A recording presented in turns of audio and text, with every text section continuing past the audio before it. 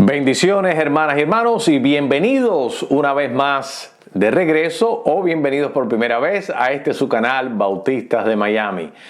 Y bueno, recientemente, una semana y media, si acaso, he terminado de leerme este libro que es estaba en mi biblioteca, llevaba muchos años en mi biblioteca, más de 20 años en mi biblioteca y nunca lo había leído. Bueno, lo había comenzado a leer en varias ocasiones.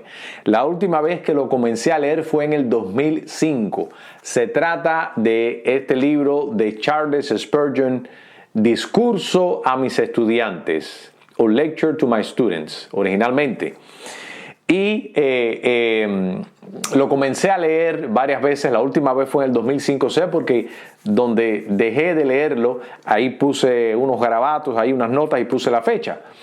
Pero nunca lo leí completo. Entonces ahora en mis vacaciones he hecho como decía Erasmo allá en el Renacimiento, ad fontes, a regresar a las fuentes, a regresar a mi biblioteca. Ya ve que a veces uno tiene libros ahí que nos regalan o que hemos comprado y no hemos tenido el tiempo de leerlo, y he decidido regresar a las fuentes en este tiempo en este viaje para leerlo en mis vacaciones, y fue una bendición tremenda. Bueno, Charles Spurgeon, usted lo puede buscar en línea. Básicamente fue el predicador bautista y el pastor bautista más conocido de nuestra historia. Él vivió, creo que nació en el 1835, si mal no recuerdo, y partió con el Señor en el 1892. Creo que a los 57 años, joven para nuestros estándares hoy en día. Un predicador consumado, un pastor consumado, muy influente, pastor de la iglesia más grande bautista en su época en Londres.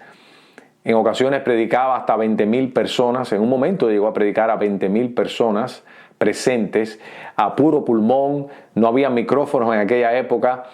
Todo esto, el pastor tenía que descansar en la fuerza de sus pulmones, su voz, su garganta y la acústica de los edificios era lo que más les ayudaba. Sus sermones se leían posteriormente, después del domingo se publicaba en un periódico, también en una revista que él fundó, y aquí en los Estados Unidos llegaban sus sermones y se leían también en la prensa aquí en los Estados Unidos, y sus sermones han sido traducidos a muchos idiomas, y hoy en día usted puede encontrar mensajes de Charles Spurgeon. Como había dicho, el pastor bautista más conocido, y no solamente era un campeón en el asunto, podemos decir, espiritual, en el púlpito, en la iglesia, en el ministerio, sino también en las obras sociales. Él hizo un orferinato, fundó un orferinato para niños huérfanos en Londres y otro para niñas huérfanas en Londres también. Y adicionalmente a eso, otro ministerio que hizo fue un seminario, lo que nosotros llamaríamos hoy en día un seminario, un lugar para preparar a los nuevos obreros para la obra del ministerio, entre otras obras también, obras misioneras que hizo, etc. Pero estas son las cosas por las cuales él más se conoce. Y a ese seminario él da estas pláticas, una serie de pláticas que se llama Discurso a mis estudiantes, que va dirigido a personas que están pensando entrar en el ministerio. Los principios que se encuentran en este libro no solamente son útiles para el pastor o el seminarista, el misionero, el predicador, laico, etc., sino también para el cristiano normal, común y corriente, todos somos siervos del Señor, todos somos realmente ministras del Señor. Entonces, si usted encuentra este libro, lo puede encontrar hoy en día. Continúa, se vende todavía en inglés y en español, en otros idiomas también, porque el impacto de este hombre, de Charles Spurgeon, ha sido muy profundo, no solamente en las iglesias bautistas, en el pueblo de tradición bautista, sino en el pueblo evangélico. Y como Charles Spurgeon fue de corte conservador, pues eso lo hace más popular dentro de las iglesias conservadoras también. Entonces usted puede encontrar este libro. En este canal hay una serie de videos, de exposiciones acerca de algunos de los capítulos de este libro, de qué se trata. que estoy seguro que le va a ser de mucha bendición. Pero la plática número 5 se trata acerca de los sermones. Imagínense, discurso a mis estudiantes por Charles Spurgeon y no hablar realmente de los sermones. Hay una cita o dos citas aquí que quisiera compartir brevemente que me llamaron la atención, que yo pienso que es útil, que es necesaria, que nos hace bien pensar. A mí me hizo bien pensar en esto. Y dice él aquí, lo voy a dar lectura brevemente, dice: no subimos al púlpito solo con el objeto de hablar, sino que tenemos que comunicar instrucciones de la mayor importancia. Claro, esto está en un lenguaje victoriano, ¿no? Pero básicamente esa cláusula, no subirse al púlpito solamente por hablar. ¡Wow! Esto está lleno para mí, en mi mente y en mi corazón. Este consejo, esta máxima, me puso a pensar muchísimo, no solamente como predicador, pero como cristiano, ¿no? Dice, no subirse al púlpito simplemente con el asunto de hablar, o motivados porque hay que hablar, ¿no? Y uno a veces se pone a pensar lo que conviene y lo que no conviene comunicar en el púlpito, lo que es apropiado y lo que no sería apropiado. Porque no solamente, imagínense un pastor que no tenga en sí un mensaje, ¿no? Que no se sienta motivado, o un predicador, no tiene que ser un pastor, o un predicador. Bueno, eso es lo que él está tratando de evitar, ¿no? De no llegar ahí. ¿Qué uno puede hacer como líder, como cristiano?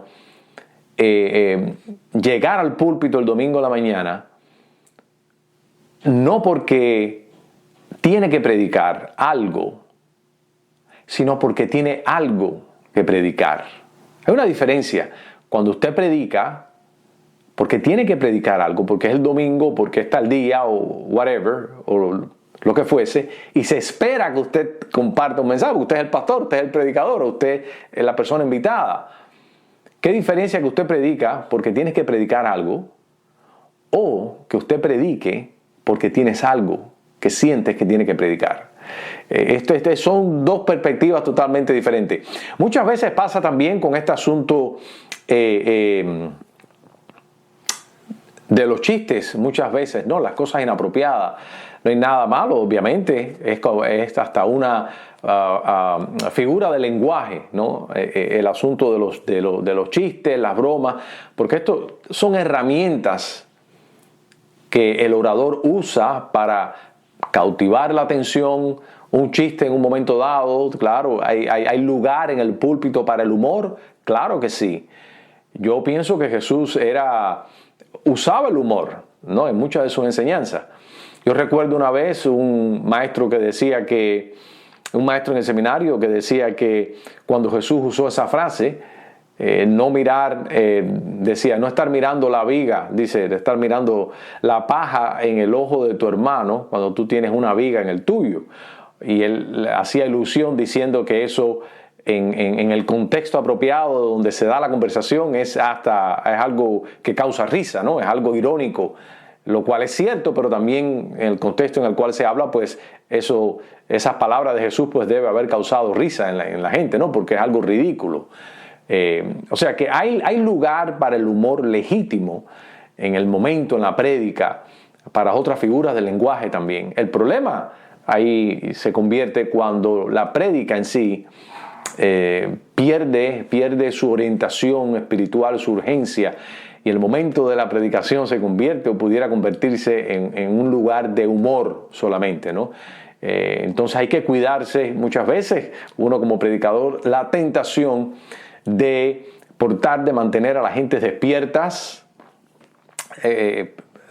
Las personas a las iglesias los domingos van cansados, especialmente en nuestra comunidad en Miami, en un contexto en el cual hay personas que trabajan más de un trabajo y tienen muchos problemas económicos, problemas de salud, problemas sociales, problemas en la familia, hay mucho estrés, el tráfico. Cuando llega el domingo, muchas veces es el único día que hay para descansar y los hermanos pues vamos a la iglesia, ¿no? Nos reunimos ese día y hay hasta que inclusive hay personas que manejan más que otros y se vencen muchos obstáculos para llegar el domingo a la iglesia. Entonces los ánimos a veces están caídos, las preocupaciones, y es fácil para el pastor o el predicador captar ese sentimiento, captar esa actitud, no, ese mood, esa actitud en las personas y tratar de reavivar eso. Entonces uno a veces empieza a compartir algunos chistes, anécdotas.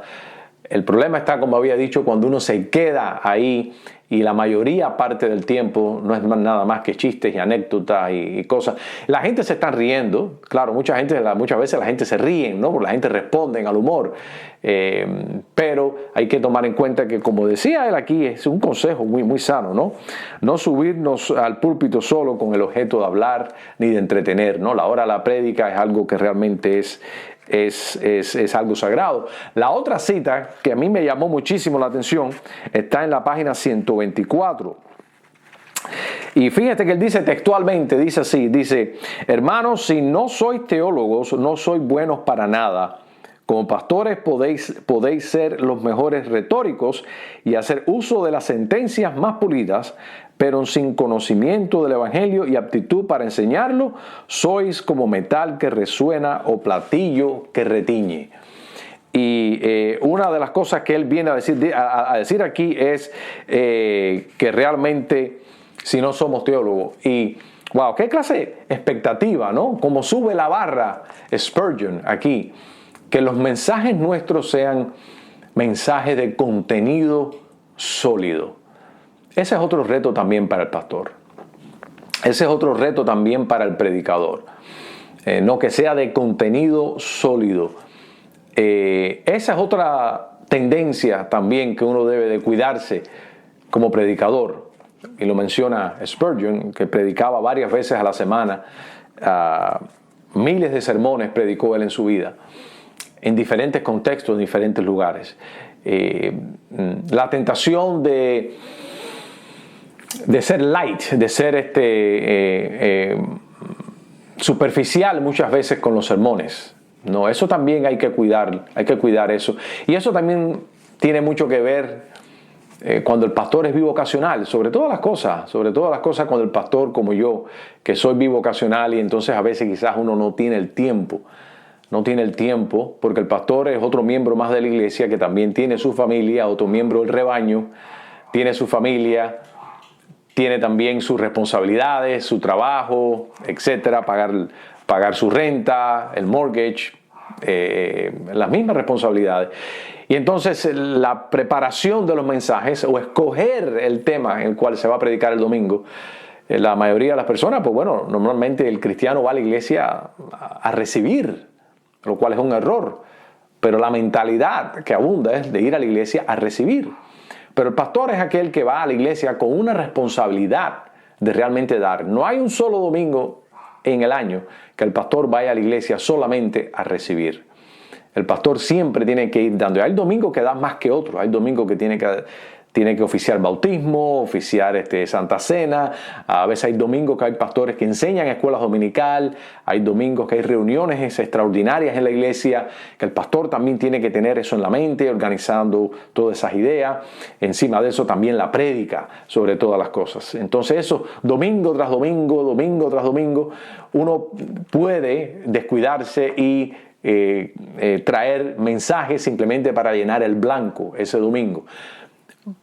Para otros pastores es realmente una batalla, porque hay hermanos que no son realmente en su constitución, en su personalidad, no son hermanos dados a la reflexión profunda, no son hermanos dados al pensamiento profundo, al análisis de las cosas, al estudio, a la investigación.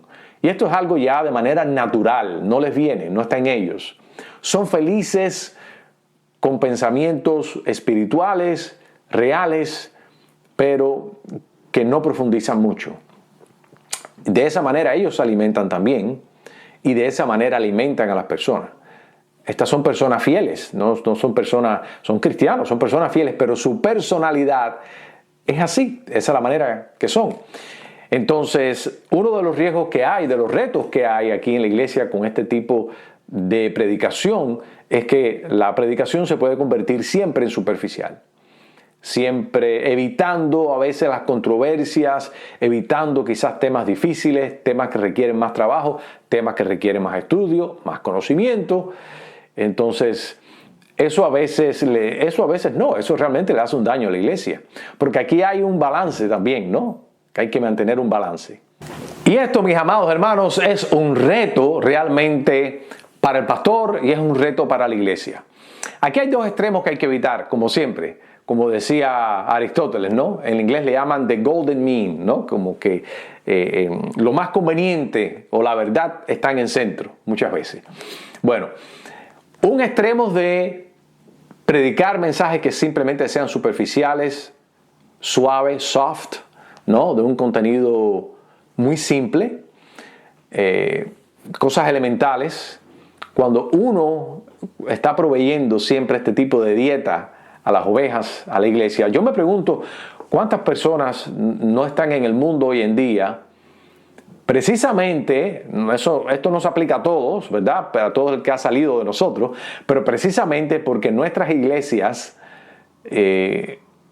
no encontraron una exposición seria del Evangelio, una exposición madura del Evangelio, relevante, profunda, que realmente respondiera a algunas de las preguntas que esas personas quizás tenían. Muchas de estas personas han ido a parar a la ausencia de una prédica madura, de una prédica profunda, quizás una prédica bíblica, de una prédica teológica, porque prácticamente eso es lo que dice Spurgeon acá, ¿no? A la ausencia de eso, muchas veces las personas se decepcionan del Evangelio y juzgan al Evangelio, al cristianismo, basado en la experiencia doctrinal que ellos tienen en su iglesia. ¿Y cuántas veces, yo me pregunto, habrán de estas personas que le han dado las espaldas al Evangelio, a la iglesia, al cristianismo, porque han encontrado el cristianismo ineficiente, falto realmente, insatisfactorio? ¿Y cuántas veces hay personas de estas que han ido al mundo? Otros no se han ido al mundo, pero se han ido a sectas, se han ido a grupos, a otras herejías, y ahí están. Y salieron de nosotros, ¿verdad? Y la gran inmensa la mayoría es porque las personas así lo decidieron, ¿no? Porque en la opinión mía hay personas que están en iglesias de buena doctrina, buenos pastores, buenos maestros excelentes, expositores de la palabra, y aún así de todas maneras terminan en el mundo y terminan en grupos de sectas y demás. O sea, esto no garantiza que las personas permanezcan en el evangelio del cristianismo, pero juega un rol. Porque hay ovejas o hay personas que tienen preguntas en su mente y en su corazón, ¿no? Acerca de Dios, acerca de la Biblia, acerca de la fe cristiana. Y las necesidades de ellos intelectuales son otras.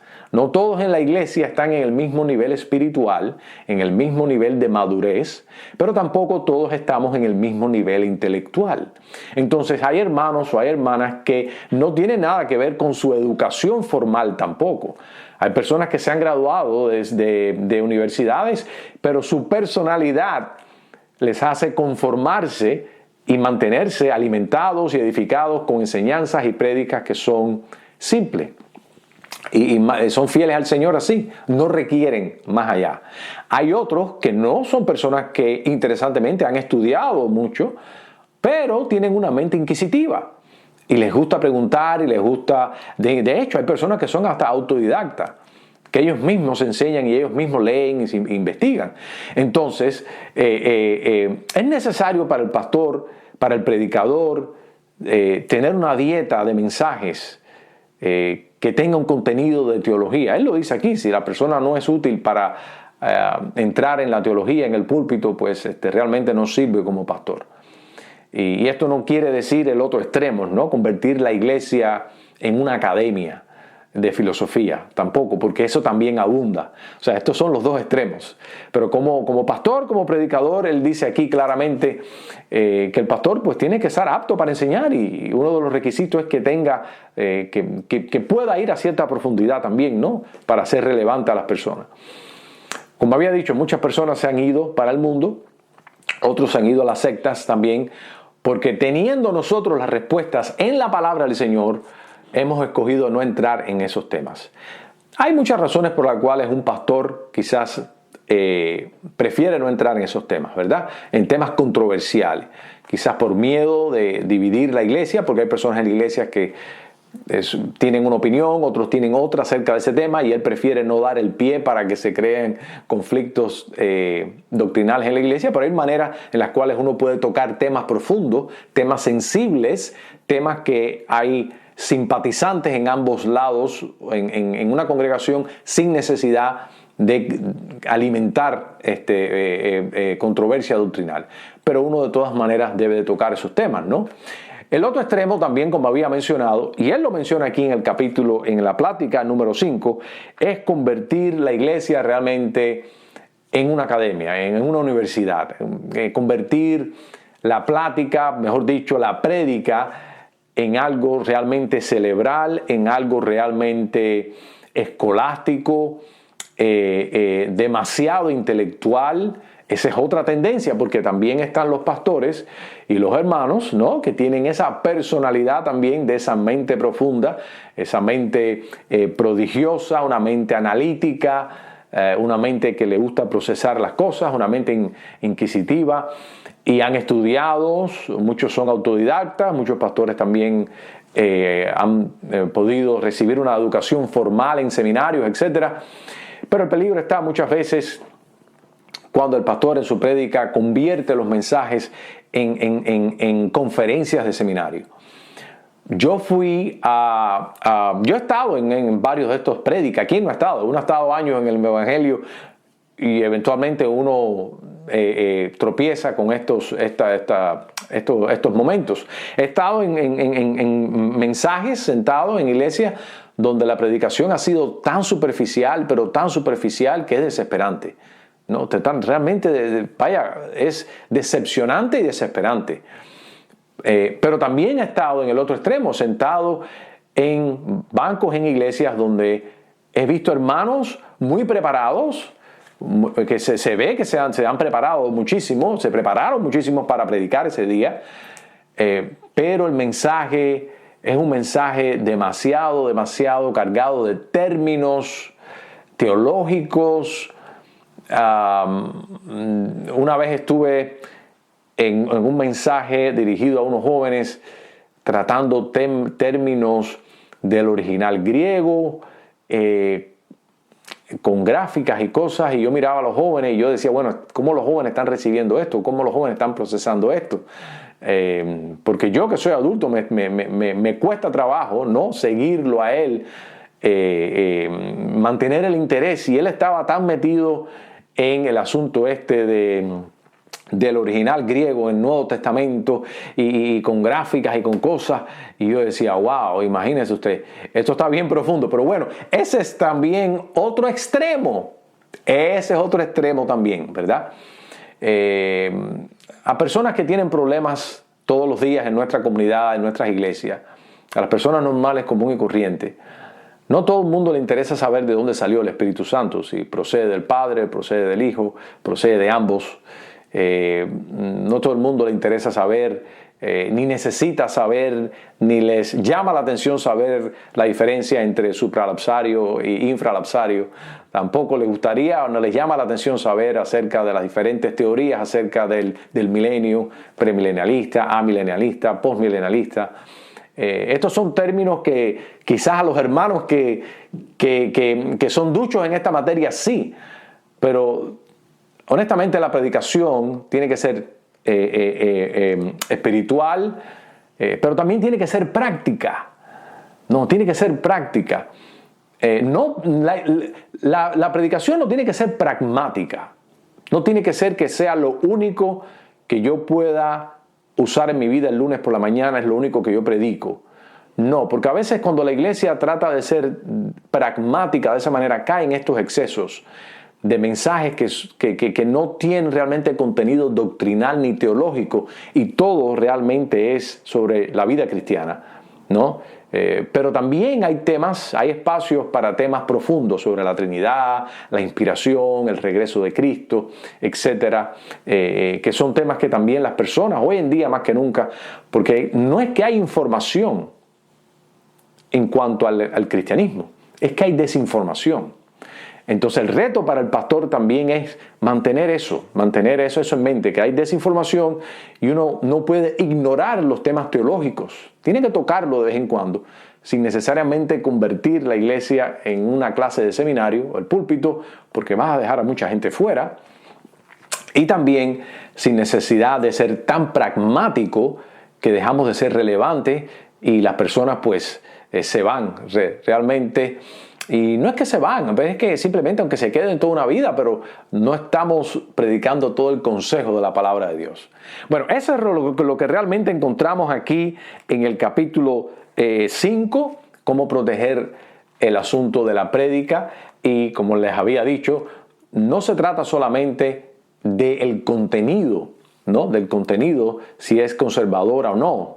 Lógicamente tiene que ser conservadora, pero nosotros a veces los predicadores conservadores podemos irnos a un estilo.